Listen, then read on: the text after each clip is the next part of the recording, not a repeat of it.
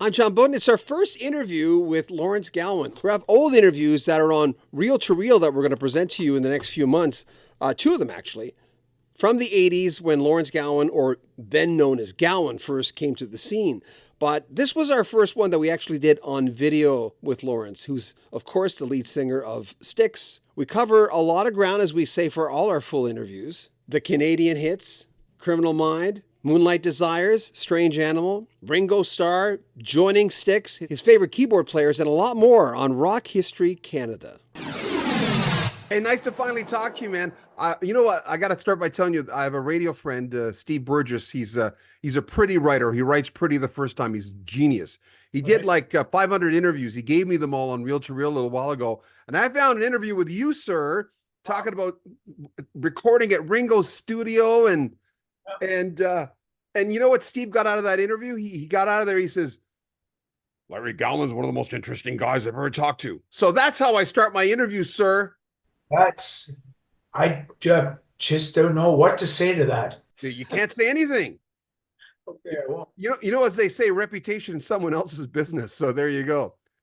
okay, that's a good saying. Tell me about your. Let's start with your brother. That was exciting news when I saw that. Tell us about your brother. Sure. So, well, you mentioned recording that album back in 1984. In '85, Terry, my youngest brother, joined my solo band. It was my first solo outing, mainly because although he was only 19 years old at the time. I'll come forward to Styx very quickly here. But he was only 19, but he learned all the parts that Tony Levin had played on the album, both on the Chapman stick, and also on bass.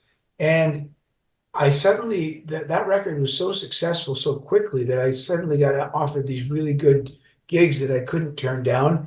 And although I wanted to call Jerry Marotta and Tony Levin to see if they would join me on some of these dates, they couldn't because they were recording the next Peter Gabriel record. So I was kind of left in Toronto to had plenty of great players there, but my brother asked, "Hey, can I play you what I know of the album so far?" And when he played it, I was like, "Oh, jeez, he's got it down." And so he joined my band, and we went out for the. I mean, within 6 weeks, we opened for the Kinks at Maple Leaf Gardens, which is you know, the primo venue that you could play in Toronto. And he stayed with me up until 1993, and then he started doing his own solo work, his own musical works, and then a kind of a storied career that he could probably fill you in on at some point.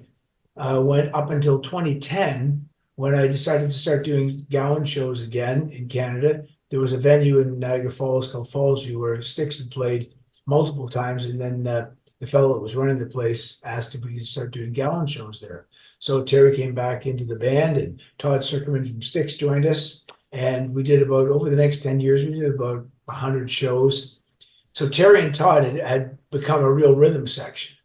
So we come to the present day, and when suddenly we needed someone to fill the bass slot that and join Chuck whenever Chuck can make it to the shows, Terry was an obvious choice. And it wasn't even I wasn't even the first to suggest it, but as we went down the list of guys, I said, "Well, I know someone that could do it like literally overnight, but I don't know if we want to have brothers in the band again after the." Yeah. And yet Chuck was like, "No, it was great having myself and John. Let's have the Gowan brothers." How were you guys when you were growing up? Is he older or younger? He's younger, right? I thank you so much for asking that, John. Um, I, I'm always really happy when that question comes up, maybe once every 100 times. No, I'm the eldest in the of our siblings, and he's 8 years younger than me. But as I say, whatever prescription you have for your eyes, don't change it. So when you guys were growing up together, since you have that difference of age, were you guys trading musical albums, or that probably didn't happen, right? Oh, what happened? How it really happened was this: I was at home writing songs in our parents' house. He was going to school in high school, at that time, And when he'd come home after school, I'd usually have a song every 2 or 3 days, play it for him, and he'd make very astute comments. I just noticed he's got a he had a great ear, perfect pitch and all that kind of thing, and really understood a lot about arrangement, almost instinctively, because he'd be constantly listening to Genesis and Yes and Elton John records, and he just had a really innate observation that he could offer to the songs I was working on. So I noticed that, and he was a very good ear to bend initially, but we didn't write together. It's just basically he was there, and I'd go, "Hey, what do you think of this one? Oh, that's crap." Or, "What do you think of this one? That's a lot better. What if you put that chorus towards the end and repeated it twice?" That kind of thing, you know? Hey, nice to finally talk to you, man. You know what? I got to start by telling you, I have a radio friend, Steve Burgess. He's a pretty writer. He writes pretty the first time. He's genius. He did Right. like 500 interviews. He gave me them all on Reel to Reel a little while ago, and I found an interview with you, sir, talking about recording at Ringo's studio, and and you know what Steve got out of that interview? He got out of there. He says, "Larry Gowan's one of the most interesting guys I've ever talked to." So that's how I start my interview, sir. That's I just don't know what to say to that. You can't say anything.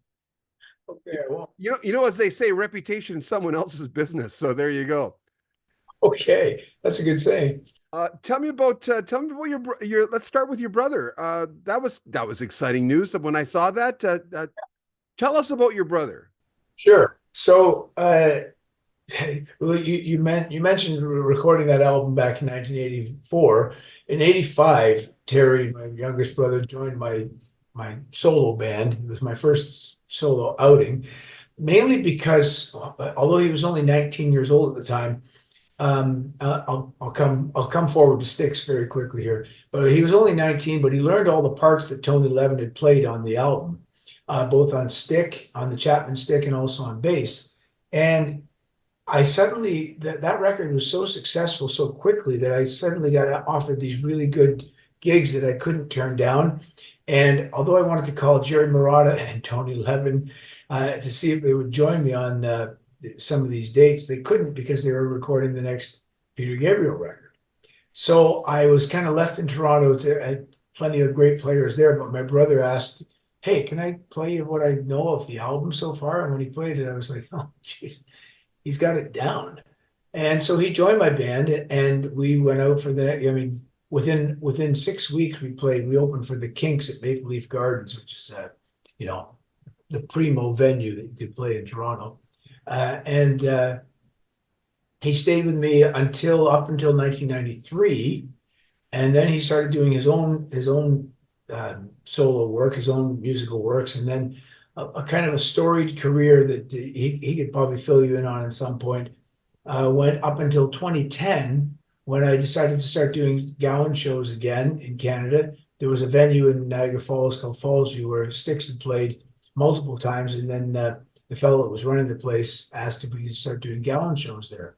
So Terry came back into the band, and Todd Sucherman from Styx joined us, and we did over the next 10 years, we did about 100 shows.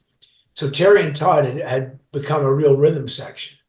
So we come to the present day, and when suddenly we needed someone to fill the bass slot that and join Chuck whenever Chuck can make it to the shows, Terry was an obvious choice, and it wasn't even I wasn't even the first to suggest it. But as we went down the list of guys, I said, "Well, I know someone that could do it like literally overnight, but I don't know if we want to have brothers in the band again after the." Yeah. And yet Chuck was like, "No, it was great having myself and John. Let's have the Gowan brothers." How were you guys when you were growing up? Is he older or younger? He's younger, right? I thank you so much for asking that, John. Um, I, I'm, I'm always really happy when that question comes up, maybe once every 100 times. No, I'm the eldest in the of our siblings, and he's 8 years younger than me. But as I say, whatever prescription you have for your eyes, don't change it. So when you guys were growing up together, since you have that difference of age, Were you guys trading musical albums, or that probably didn't happen, right? Oh, what happened, how it really happened was this. I was at home writing songs in our parents' house. He was going to school in high school, at that time. And when he'd come home after school, I'd usually have a song every 2 or 3 days, play it for him, and he'd make very astute comments. I just noticed he's got he had a great ear, perfect pitch and all that kind of thing, and really understood a lot about arrangement, almost instinctively, because he'd be constantly listening to Genesis and Yes and Elton John records, and he just had a really innate observation that he could offer to the songs I was working on. So I noticed that, and he was a very good ear to bend initially, but we didn't write together. It's just basically he was there, and I'd go, "Hey, what do you think of this one? Oh, that's crap." Or, "What do you think of this one? That's a lot better. What if you put that chorus towards the end and repeated it twice?" That kind of thing, you know? The new album, be remiss if I didn't talk about that. That's, to me, that's such a great idea. I mean, remember, I grew up in the 70s, Yeah. but that's my pocket. And if someone would have said, here's an album that resembles at least what you're going to hear, because Yeah. bootlegs were taboo. I mean, who came up with that idea? Who came up with the idea of bootlegs? The live album. No, not bootlegs. Oh, because the idea behind bootlegs was a criminal empire was behind that. No kidding. Did you have, by the way, before you answer, I would go to a used record store and I would buy them because Yeah. no one said you couldn't. No, that's right. No one said you couldn't. I didn't even know that. Well, you didn't ask any questions. You just kind of paid for them and took them home. And yeah, I remember having them, and now they're also available, on the internet. Everything is. They've taken all the fun out of criminality. So anyway, the live album. Sorry. Yeah, yeah. And now I got to ask you though, John. Are you speaking of the live record that we have right now with Foreigner Yeah. on the tour? Yes. Okay. So the idea behind that was, I think. I never asked that question, but I think the idea was that back in 2000, when we just started doing these double header tours, we did one with REO Speedwagon. It was the first one we'd done, and we recorded the shows, and we put out an album called Arch Allies because it was recorded in St. Louis, and so we used the St. Louis Arch.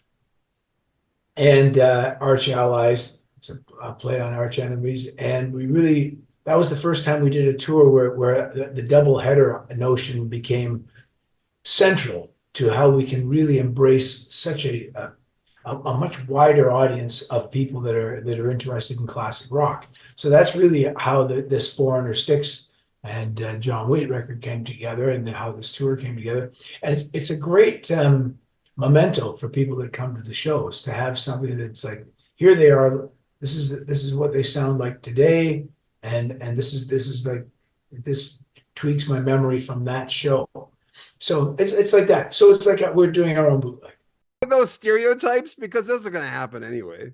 Oh, absolutely. Yeah, there was one year there where I tried to touring with Styx, where I really tried to up the stereotypes. So I would have, for example, my water bottle on stage with a maple syrup bottle. I wore a Canadian mounted police, a Mountie red coat on stage, etc. And yeah, people enjoyed the fact that I guess my Canadianism, if that's a word, was front and center. And I loved all the cliche and all the stereotypical things that people assumed of Canadians, and I helped to reinforce them with my diligent watching of every hockey game that could possibly, go into places and demand that the television be switched from baseball to the hockey game, and people would be like, "Oh, we know where you're from." And yeah, so I lived up to it. Funny enough, we Styx came to Canada, and here's a little story about that. I bought that Mountie coat from an actual Mountie who had retired. Now, I don't know if that's necessarily legal, that they're allowed to do that, but I bought that coat from him, and it was authentic, not just a costume. I wore it throughout the entire tour, came to Canada, and we were playing in British Columbia. and a couple of guys, uh, police officers, wanted to confiscate it from us at the end of the show. Said you're not allowed to do that. And our tour manager, George, who tour managed, Supertramp and Ringo Starr, Barbra Streisand, and Stevie Wonder, he's well aware of what's allowed and what's not allowed. He knows a lot of that because he's come up against law enforcement a few times. He said, it's on stage. It's clearly a costume that he is wearing. No, we know who he is. He's Canadian and he shouldn't be wearing that on stage. And they wanted to confiscate it. And I like the fact that it was our American tour manager that stood up for me and said, you're not opening that case. You're not getting that thing out of there. That's our property and we're leaving. And then I got a little bit of a reprimand, but I felt like such an outlaw for it. Yeah, that's right. Oh, by the way, someone had told me, says, oh, well, people, his friends call him Larry.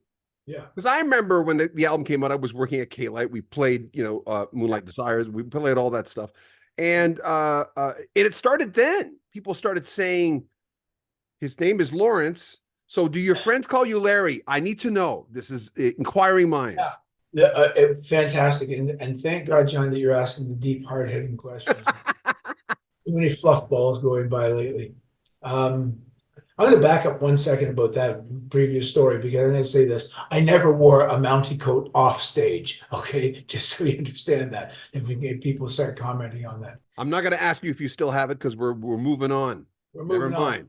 So, yeah. So when I was growing up, I remember when I started playing hockey, we were in the dressing room. I was about 8 years old, and our coach went around the dressing room and he said, he goes, okay, everybody tell us your name, just your first name, and we'll, everybody say hi. Okay, the first guy. Hi, my name's Joe. Hey, Joe, how you doing? What's my name? What's your name? I'm Ken. Hi, Ken. How you doing? What's your name? John. John, how are you, John? What's your name?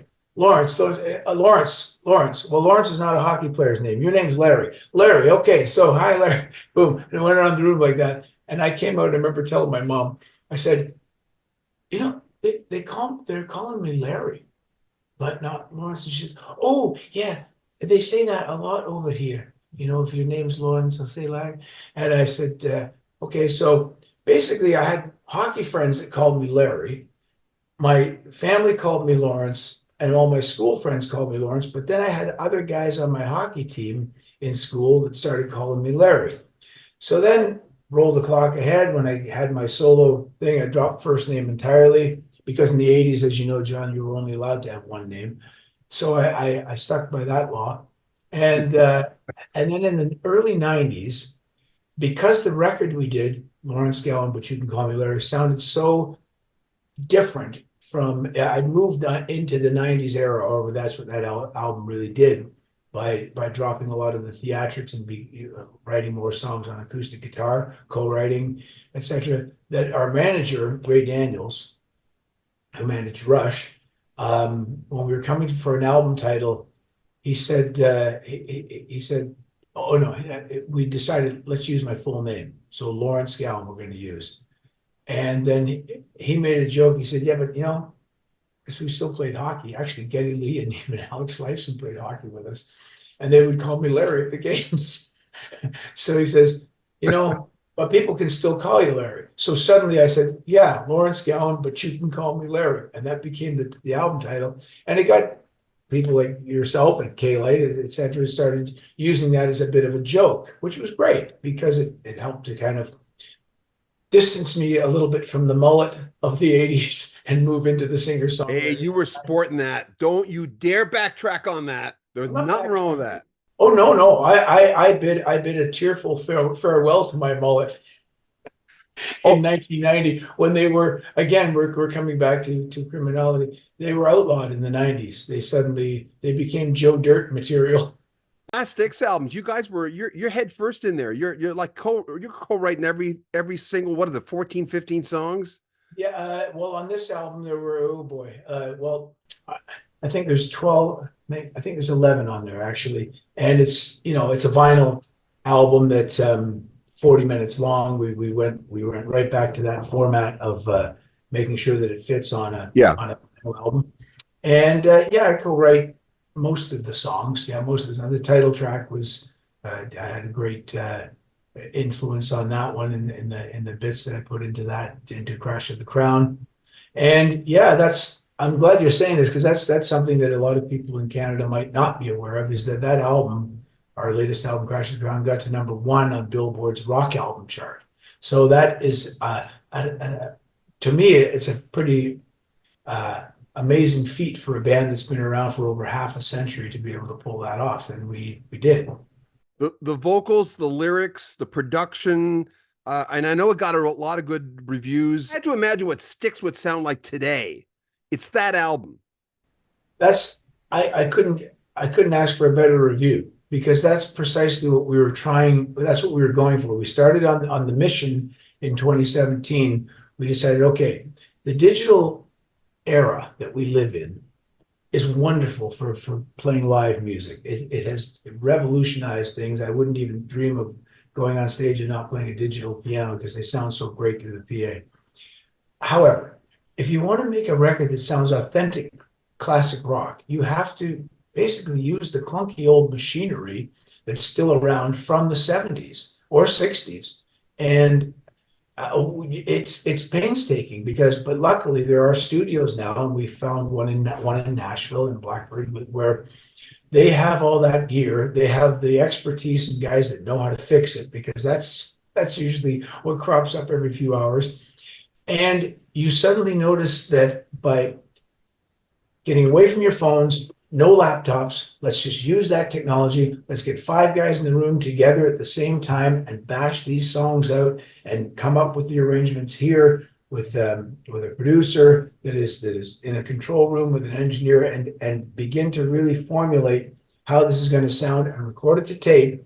When all those elements are in line, suddenly we'd be listening to what we're doing and then listen to Grand Illusion and then go back to what we're doing and going, okay, they're beginning to balance up. The second or third song, the keyboards are right in the beginning, and it's Yeah. really retros. I remember going, "Wow, Yeah.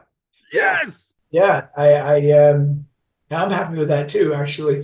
Now, luckily I kept a few of my vintage keyboards from even back in the 70s, but actually no, maybe about 2 of them.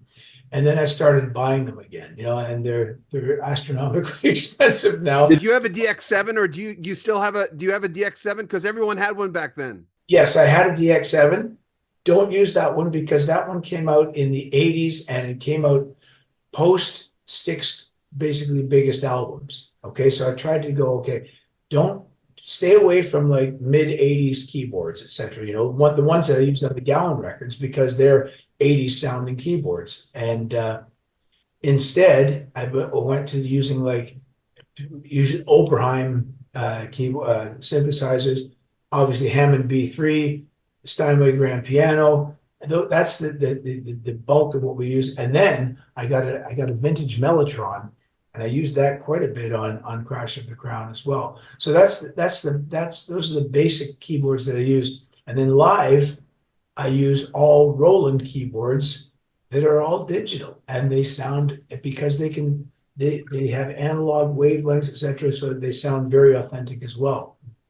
I just talked to the Moody Blues guys, John and Justin, and they were talking about Mike Pinder and of course he's known for like first guy on the Mellotron. And they just said he was like obsessed. It was like the biggest toy of toys for him, Yeah, well, I mean, the Moody Blues, I mean, so much of their sound came down to how the Mellotron could expand the whole horizon of what they were doing, and I believe that I don't know if they used it before the Beatles, but I know the Beatles were very impressed with how they used it. I know Paul McCartney was for sure. And yeah, it's a great clunky old machine. I've talked to Jason Sheff a few times, and I've talked to Ronnie Platt of Kansas just a few weeks ago. And they said something similar to what you said about joining Styx, which is the mandate is we enjoy touring. We like to tour. That's what we do. The fans want us. Why wouldn't we do it? Let's start with A, who phoned you first? Yeah. And B, what was the criteria? So I did a show with Styx when they opened the new Montreal Forum in 1997. Okay. And that's when they first saw me play live in front of, I guess it was 17,000 people. And I was performing solo that year because I had a solo record out in Quebec, just solo piano. And they heard the audience singing all the songs, etc. And I got into their heads then. Okay. The following year, our drummer, Todd Zuckerman, saw me again in England when I was part of the opening of Princess Diana's memorial. I did an original piece called Healing Waters with the BBC National Orchestra, and it was Duran Duran were on the bill, and Sir Cliff Richard, etc. And so he saw me again in front of massive, I think 19,000 people that time at her home in Althorp. A few months later, they needed a piano player, singer, and Tommy Shaw and JY said, "What about that guy from Montreal?" I had a couple of people mention him, and Todd goes, "I just saw him again in England. He was playing this thing from Princess Diana's thing." He goes, "I think he'd be great if he would do it."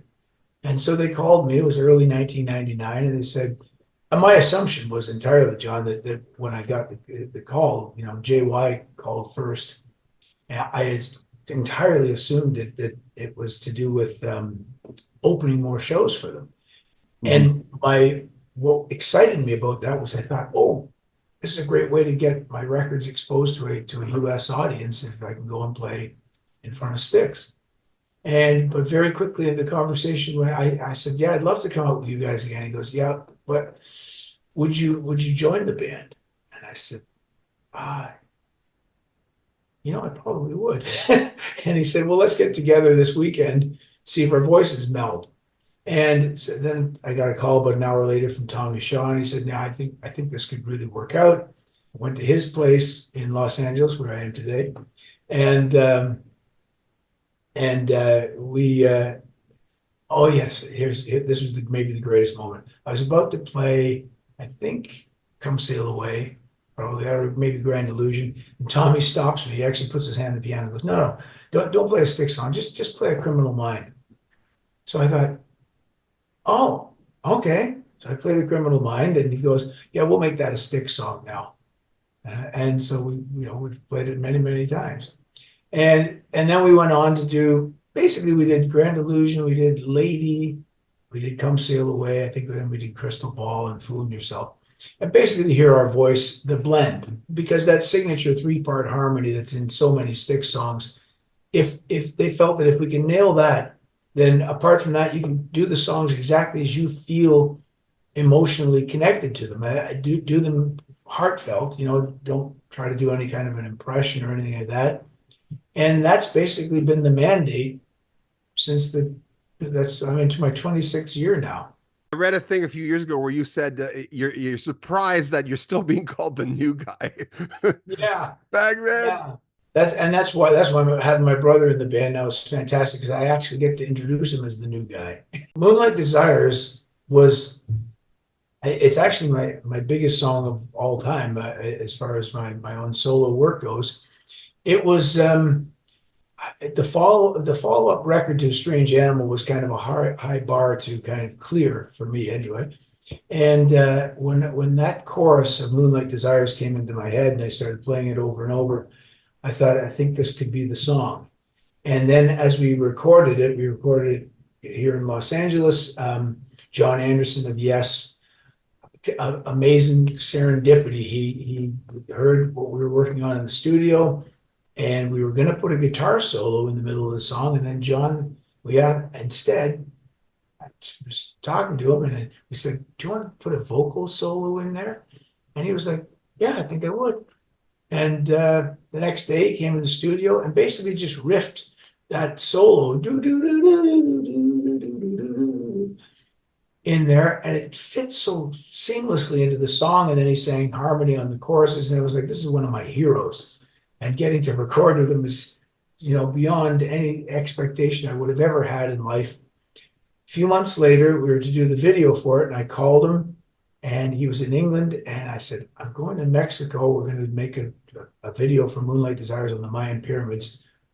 Do you want to join me?" And he was like, "I think I would." And that's why we ended up on the Mayan pyramid about 4 a.m. waiting for a helicopter to arrive and do that aerial shot of the two of us on these pyramids with Moonlight Desires blasting out of this PA system that we brought. And yeah, even when I talk about it now, John, it's almost like a dream that ever even happened. And yet every night when I get to play it on stage, it's I relive that. We were doing an interview, and he had just lost all his internet. It just popped by. It was a terrible connection, and he said, he said, John, that was one of those moments for me. He said that was a golden moment for me. He says that song. He says there always that, because he's a new age dude. I'm a new age dude, and he says there are moments in your life where you go, wow, look at life. Look how life can be. He says. John had I know he told me that was a pivotal experience for him. And there was something about on the day, especially, we did it over a couple of days of shooting, but on the day when he was standing on the Pyramid of the Sun and decided on his own to dress up kind of as a quasi-Mayan, high priest or something. I don't know what it was exactly, except it just fit the concept perfectly, And he said it was a pivotal moment in his life, and I understand that. I understand that you do have moments like that. I can relate to a couple of my own where you're almost like you stand back almost out of body, and you're kind of overwhelmed with the awe of what life is and what music does to you in this existence that we have. That's quite, as Tom Petty said, the closest thing to magic that exists. And I feel so amazed that he had that, because I told him I had that as well the first time I put on Close to the Edge. My wife wanted me to tell you, she says he's one of the most handsome rockers I've ever seen, and he looks better now than he did then even. So there you go. You got that also. So I'm saving myself from you. Oh, okay. Yeah. Well, that's good. Obviously she's got fantastic taste. Is there someone out there that you had met, and obviously you've met a lot of people because people forget that you're a fan, of course. Yeah. Who surprised you the most? I'd have to say Ringo Starr. I'd have to say, I mean, not that I had any. The great thing about meeting him was he was so he was such a natural guy. I guess that's the only term I can come up with. I mean, he greeted me at the door at Tittenhurst Park when we started Strange Animal. Periodically, initially he would pop into the studio, and then the longer I was there, over the course of months, he would come in more frequently. And he wouldn't spend a long time there, but he would basically speak to you as if I'm in a band, you're in a band. There's no difference between the two. And I remember one day, I didn't want to ask him about Beatles stuff or anything. In 1984, it was at a point in his life where he had done a bunch of his solo records, and I think it was looking for what the next phase would be in his. I don't know, but I mean, I do remember that the script for Thomas the Tank Engine arrived while I was there, which is an amazing thing. Yeah. And I took the weekend. He asked me, "Hey, pal, is it all right if I use the studio this weekend? I got to do this script thing." I thought, wow, I'm in his house. It's his gear. It's his everything. He didn't say, "Hey, listen, I'm going to use the studio this weekend, so buzz off." It was, "Do you mind if I use the studio?" I thought, "Gee, do you know who you are?" But doesn't that, as a younger man, and I don't know if I would have got that message back then, but as a younger man, isn't there a part of you that teaches you something? Humility. It taught me everything. It taught me so much just in a little exchange like that. He would have been, let me think, he would been just in his 44th year. He'd be turning 44 that year. His birthday is July 7, I think. And so this was February of 1984. So he was just 43 years old. And I would be about 26 or 7. And I looked at him like I loved how kind of relaxed I could be about it. And then toward the end, I doubt he'd even remember this, but toward the end, he mentioned a couple of times how much they liked the record, and because the kitchen was, if you've ever seen the movie The Making of Imagine, you'll see John Lennon in the same studio, same gear, everything. And the kitchen is the door is right there to the studio. There's the studio door from the house is the kitchen door. And he said one time, he said, every time you start playing this song, we start dancing around in the kitchen. It was cosmetics. And toward the end, he came in one evening and he said, you know, I said your album's sounding good. Now I think it's sounding really, really good. And just the way he said that, it gave me this confidence that it's like, wow, if you think it's really, really good, I don't care what happens next. I know people are going to like it. There's some people will anyway. But whatever happens next, I feel like, you know, I'm doing this because I saw you on the Ed Sullivan Show when I was 7 years old, and here I am in your house recording, and you've surprised me with what a natural human he was. How his humanity was really, I think, what surprised me the most. Just how unaffected he seemed to be. Tommy Shaw to you is? I think the greatest performer I've ever shared the stage with, quite frankly. We've played thousands of shows together now. He's never put in a bad performance. Never. Even when on a couple of occasions he's had no voice. And I mean, like this. And I would invariably cover some of his songs while we're doing that. He even found ways to elevate how he interacted with an audience, how he embraces the whole arena, whatever the venue is, and how they are. He's magnetic on stage, and I'm as entertained looking across the stage at him as I am, you know, looking at the band as a whole. So I think he's part of why I really love doing this. I mean, I love the entire band. I really do. JY towers above us all height wise, so we do, you know, every promo pictures looks like Snow White and the Seven Dwarfs, but even the most recent one. And but he is such a magnanimous person, a real difference of persona on stage from off stage. You know, all of his bravado and his striving for excellence is really front and center when he's on stage. And when he's off stage, he's one of the friendliest and, as I say, magnanimous human beings, ever complimentary to everyone else around. And just, you know, a big smile and a big laugh greet you every day with that guy. Hey, what do you do? I mean, do you go there? Like I ask everybody this question, and you wouldn't believe the different answers I get. And or party, what do you say if they look at you? Not necessarily because they recognize you, because they're just making conversation. What do you say? I say I'm a piano player. That's all I ever say. Okay. Wait. They will say, and you know it, they will say, oh, would I know anything that you do? You might. And I'm you know, it depends on their age, on their vintage, so to speak. Generally, I can sing a short line that they might know. I'll usually say, "Have you ever heard this song? You're a strange animal."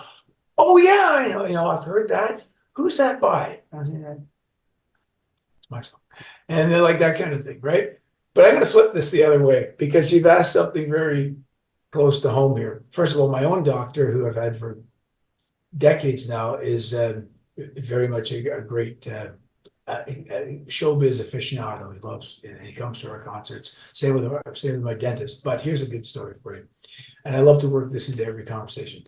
Our daughter is a doctor, and she was in Los Angeles doing some residency work when one day a couple came in, and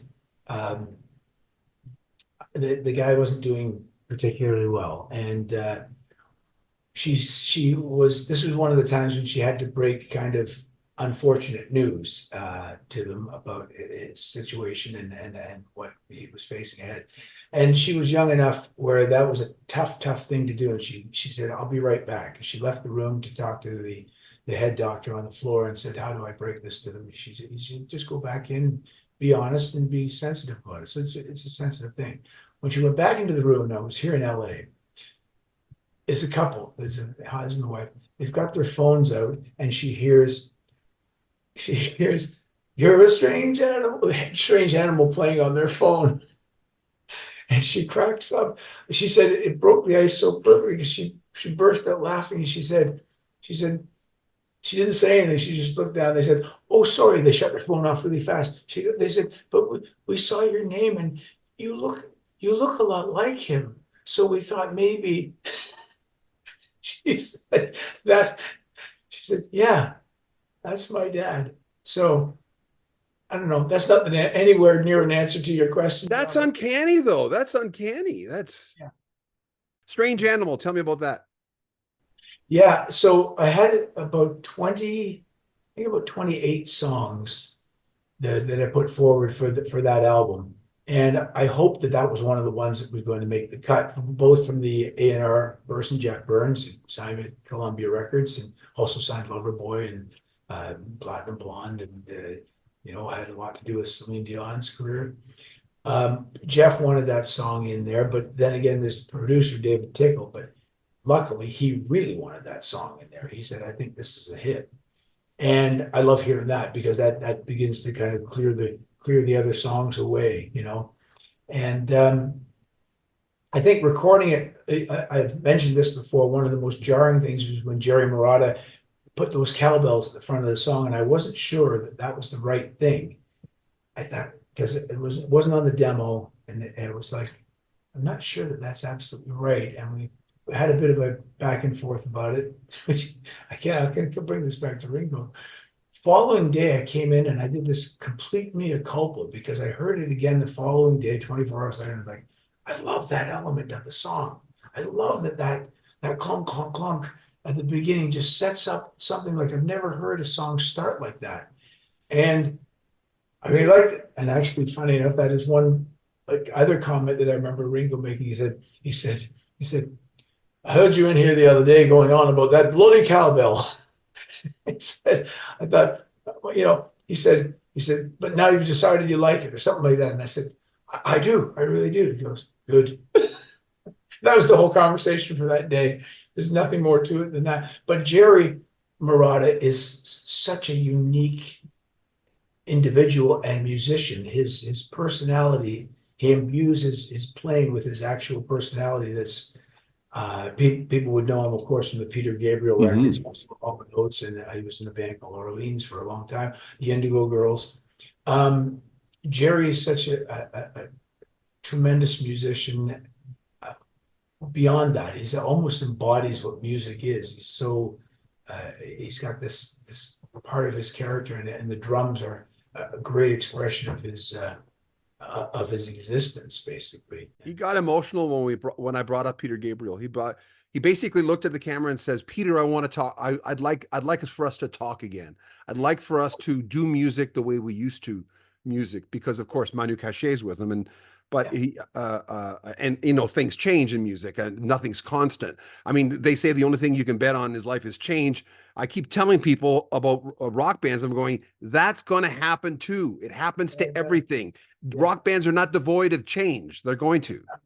They're not. Either they fold entirely, and sometimes that's the right thing to do, or they move on. And as I've mentioned many times before, we were talking about Peter Gabriel. I remember my disappointment. Well, it was beyond disappointment. It was just like complete. I thought I'd closed the chapter on Genesis when he had announced that he was leaving the band. And a friend of mine, a very good friend of mine in high school, had an extra ticket to see them after they put out Trick of the Tail, which I didn't even listen to up until that point because I thought, well, without Peter Gabriel, well, how can it be really that good? No one expected that album. Wouldn't mind listening to Tony Banks play his keyboards parts. I'm not really. Anyway, so he's got an extra ticket to that tour in Toronto. I went to the show, and that night I discovered that, the drummer's name is Phil Collins, and he's absolutely unbelievable. And and one of the most exceptional frontmen for a band I've ever seen. And and then the Peter Gabriel first solo record came out Yeah. shortly after, a few months later. And I was so grateful that he left the band because his solo work gave me two bands, right? It gave me two complete acts that I could love and understood the whole connection between them. The last time I saw the Rolling Stones, I bring this one up too. I'm looking at Ron Wood on stage, and he's every bit a Rolling Stone as anyone that's ever been in that band, and he's the third guitarist in that role. And I thought, you see, every band has a spirit. There's a spirit that exists outside of the sum of the individuals. And if the spirit of that band somehow can survive a seismic, shift in or a full-on human transfusion, then the band has a life. It can survive, and those are two phenomenal examples to my mind. Tony Banks, as a keyboardist, how do you look at? I mean, you were a Genesis fan, obviously. Yeah. So my favorite keyboard players of that era were, of course, piano player wise, were Elton John and Burton Cummings. I really like Burton Cummings' piano playing. And but then as I got into keyboard players, Wakeman was the top, Emerson, Tony Banks. Okay, so those three.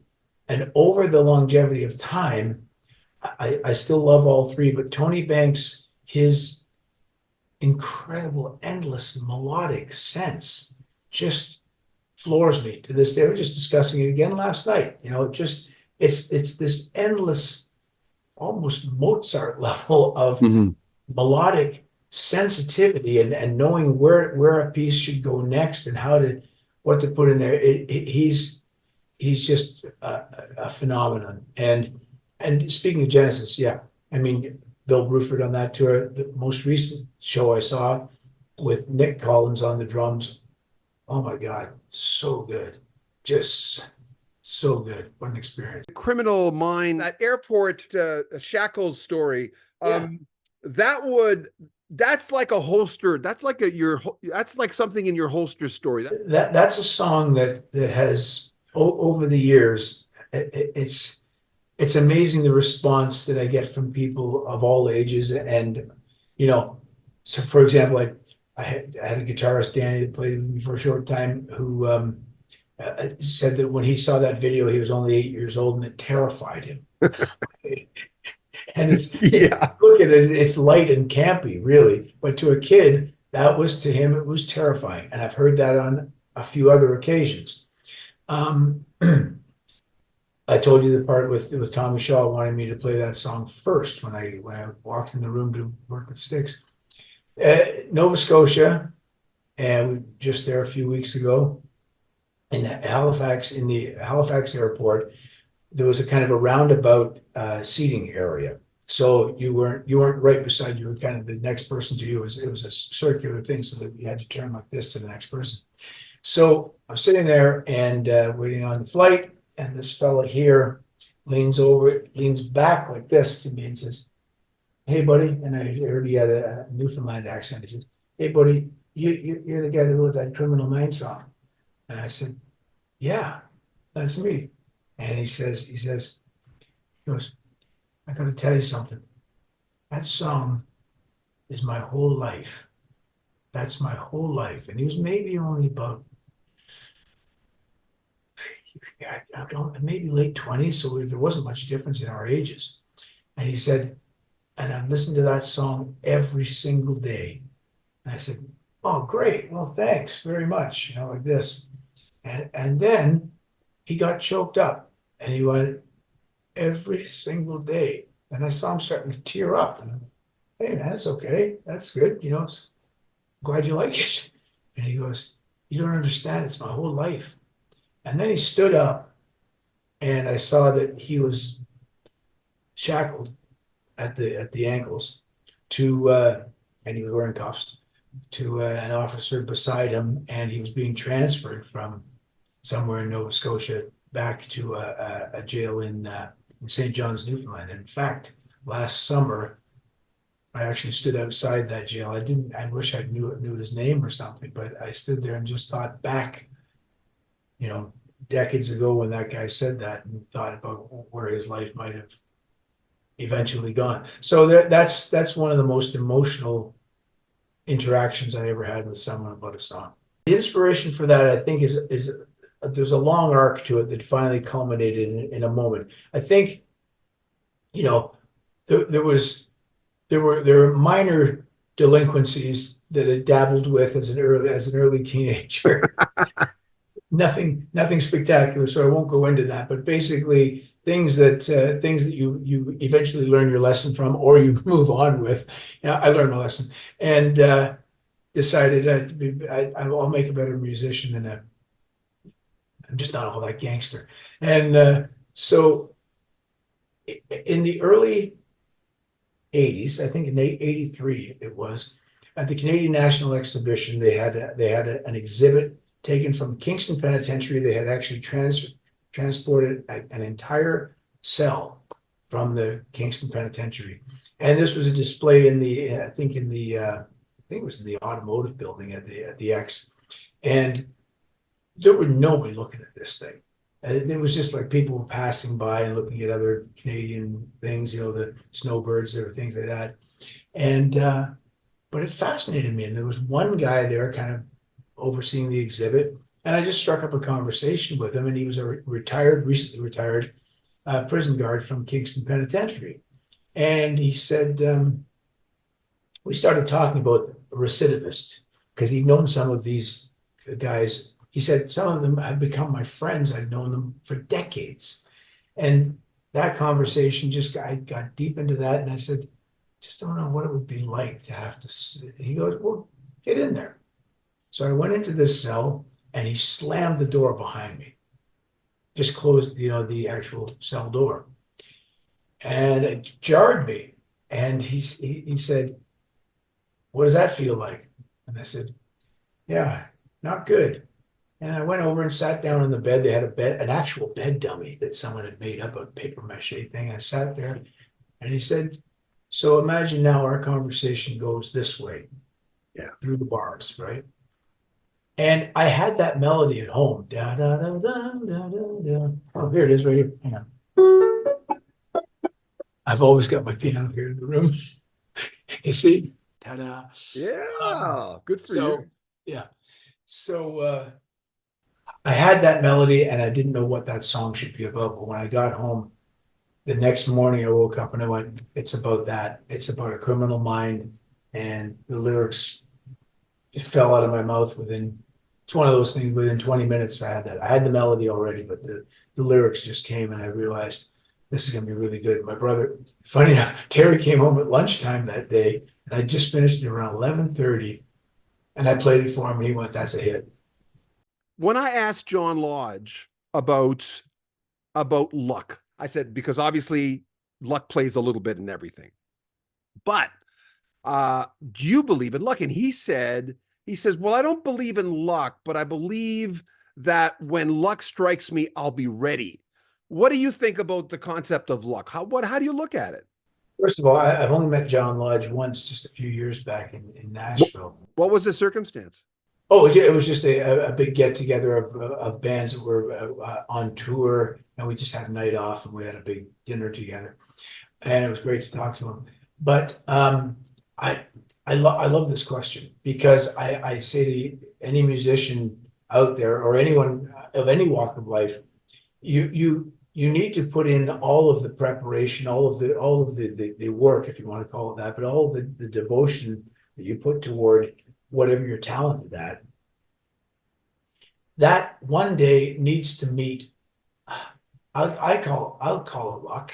It's what's the word for?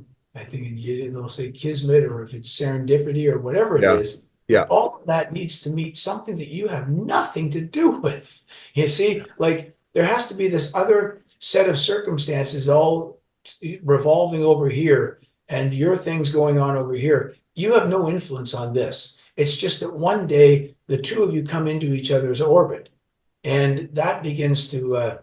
This is mesmerizing, isn't it? you come into each other's orbit, and suddenly it all makes sense. And every story I've shared with you here, these are all lucky, and luck is as much a part of the equation as anything. Uh, I I study a lot about the in this study. I mean, we've all, as a planet, we've observed, how did the guys in the Beatles get together? How did the guys in Genesis get together? How did Phil Collins and Peter Gabriel end up in the same band with Mike Rutherford and Tony Banks and Steve Hackett? It's just, how did Yes form when, and I'm going to ask that with John Anderson, with Chris Squire had a completely different taste in music, etc., and feeling of things, and John, and the yin and yang of that met up. So that's just in musical terms. And then on top of that, how did they come up with the right song on the right day, and it was released at the right hour to connect with people's, sensibility of music, or the right moment for that to fall into their laps? That again, that is luck, and I don't know how or why it works out that way. I've heard a good expression of Tommy once. Shaw once said to me, early on when I joined Styx, he goes, "It's weird. You've been in the band like 2 years, and I feel like you've always been in it." He goes, but he said, like attracts like. Your favorite Canadian musicians and why? Okay, man, some of the bands I really love. In the 1980s, I really liked a band that came out of Vancouver called Strange Advance. Heard them. I liked their music quite a lot. I recently did a cover of a Gordon Depp song from the Spoons that I really liked, Arias and Symphonies, and I thought that was a great song back then. Obviously, I was under the same management as Rush, so I got to really observe those guys going through their albums through the 80s, because that's when I signed on, and the 90s, and just stellar musicians and people, actually, and did an album with Alex Lifeson. So I love his. That's another one. I was a very big Guess Who fan. The first band I ever saw was the Guess Who, and they were. I loved every member of that band. Really, when I met with them. Oh man, I feel terrible because I feel like I'm gonna miss people here. No, I'm sure we'll talk again. Yeah, I mean, I'll give you another one. Kenny Greer, who's the guitarist that played with Tom Cochrane for a number of years, and then wound up on a couple of my albums. A stellar musician, similar in his own way to how Jerry Marotta is as a drummer. Kenny has an approach to the guitar that's entirely unique to himself, particularly his pedal steel playing. Man, I can keep going. 3 more names: Joni Mitchell. Neil Why? Young. Why Joni? Because Joni could look at a cup and explain it, and it'd be like a book. Because I've discovered her more and more lately. It's weird. It's like lately I've begun to kind of really peel back the whole Joni Mitchell thing. I'm always aware of her songs, but really how the timing of how she came out with things, the whole Laurel Canyon connection that blossomed with her music. And the fact that I stayed in Laurel Canyon when we made Great Dirty World, so I touch on that a little bit. And funny enough, Terry, my brother, had actually played along with her one night in Toronto. He played piano, and she sang with him at the Four Seasons. Just an impromptu performance. Gordon Lightfoot, because he's not on planet Earth anymore, and how much his songs really have connected and lasted, forever. I just saw Peter, Paul, and Mary. I just saw them doing a Gordon Lightfoot song this morning. So that's encyclopedic. I could keep going on Canadian musicians that I absolutely love. And of course, the transplant, Ronnie Hawkins. I had a good time with him too. This has been a real pleasure. I'm glad we finally had a chance to talk, and we'll talk again. And I look forward to it. And hey, man, you know what? People always said this when you joined Styx, it couldn't have happened to a nicer guy. And seriously, thanks for doing the work. So you got there, you did the freaking work. Thank you, John. Take care, man. Bye. Cheers. Bye. Remember, you can help the channel by donating. There's a PayPal link at the very top of the description. Also, join our Patreon. You will get early access to all our videos. And we have a swag store. You can pick up a lot of merchandise, a lot of clothing with our logos on. Links again in the description. Subscribe to our channel, share our videos, like them, and comment on them. I'm John Bowden. This is Rock History Music.